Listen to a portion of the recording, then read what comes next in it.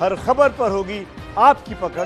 Download कीजिए ABP live app. हमारे साथ इस समय एक बहुत ही खास शख्सियत जुड़ने जा रही है। गजेंद्र चौहान, जाने माने अभिनेता हमारे साथ जुड़ रहे हैं। गजेंद्र जी, जिस तरीके से बॉलीवुड की गंदगी निकलकर सामने आ रही है, कैसे देख रहे हैं आप इसको?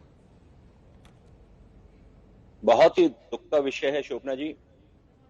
मैं ये कहूंगा कि मुझे ये समाचार जो है दुख भी पहुंचा रहा है और सुख भी पहुंचा रहा है। सुख इसलिए कि जिस तरह से आपने कहा गंदगी साफ हो रही है, तो ये जो सफाई का अभियान बॉलीवुड के लिए हुआ है, ये बहुत दिनों से पेंडिंग था, बहुत आवश्यक था। देखिए, ये जितने भी बड़े नाम इसमें आ रहे हैं, ये शौक के तौर पे इसे शुरू करते हैं और फिर ये इनकी मजबूरी हो जाती है क्योंकि शरीर डिमांड करने लगता है। हम जब मुंबई में आए और हमने अपना काम शुरू किया अर्ली 80s में, आज करीब करीब 40 इयर्स मुझे हो गए, तो हम पृथ्वी थिएटर पे जब प्लेस करते थे तो हम सुनते थे कि एक दो कलाकार हैं वो कुछ इस तरह का सेवन करते हैं। तो हमने उस वक्त जानकारी ली कि क्यों करते हैं ऐसा। तो उन्होंने कहा कि ऐसा है कि ये अपने रिफ्लेक्सेस को कंट्रोल करने के लिए करते हैं। तो हमने कहा, हमें बड़ा अचंभा हुआ कि रिफ्लेक्सेस को कंट्रोल करने के लिए ड्रग्स का इस्तेमाल। लेकिन उस वक्त गिने चुने लोग थे। आज जिस तरह से नाम उभर के आ रहे हैं, मुझे तो अचंभे में डालते हैं सब नाम।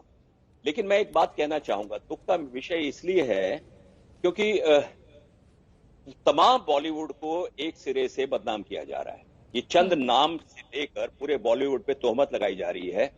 मैं विषय में सोचता हूं, मैंने 22 साल एसोसिएशन में काम किया है, आर्टिस्ट एसोसिएशन में।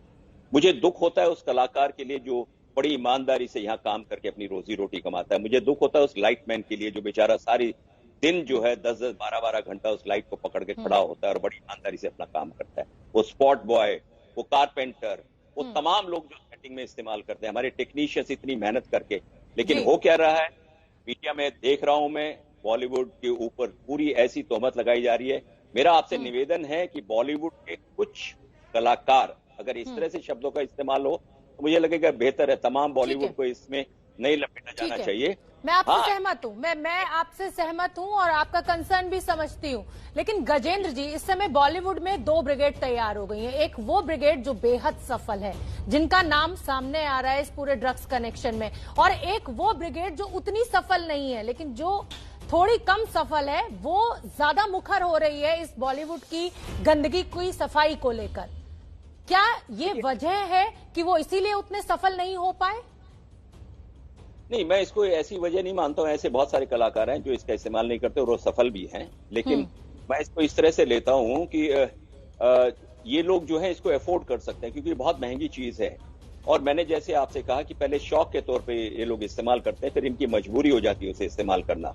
लेकिन जो नीचे का कलाकार है वो इसमें इसलिए लिप्त नहीं होता क्योंकि उसे अफोर्ड नहीं कर पाता, वो अपनी जिंदगी की रोजी रोटी में लगे रहता है। लेकिन ये सफाई बहुत आवश्यक थी, ये शुरुआत हुई है और मुझे पूरा यकीन है जिस तरह से। लेकिन जयाप्रदा तो ये कह रही हैं कि जिस थाली में खाते हैं उसी में छेद करते हैं। जब रवि किशन ने संसद में कहा कि सफाई होनी चाहिए, जया बच्चन तो ये कह रही थी।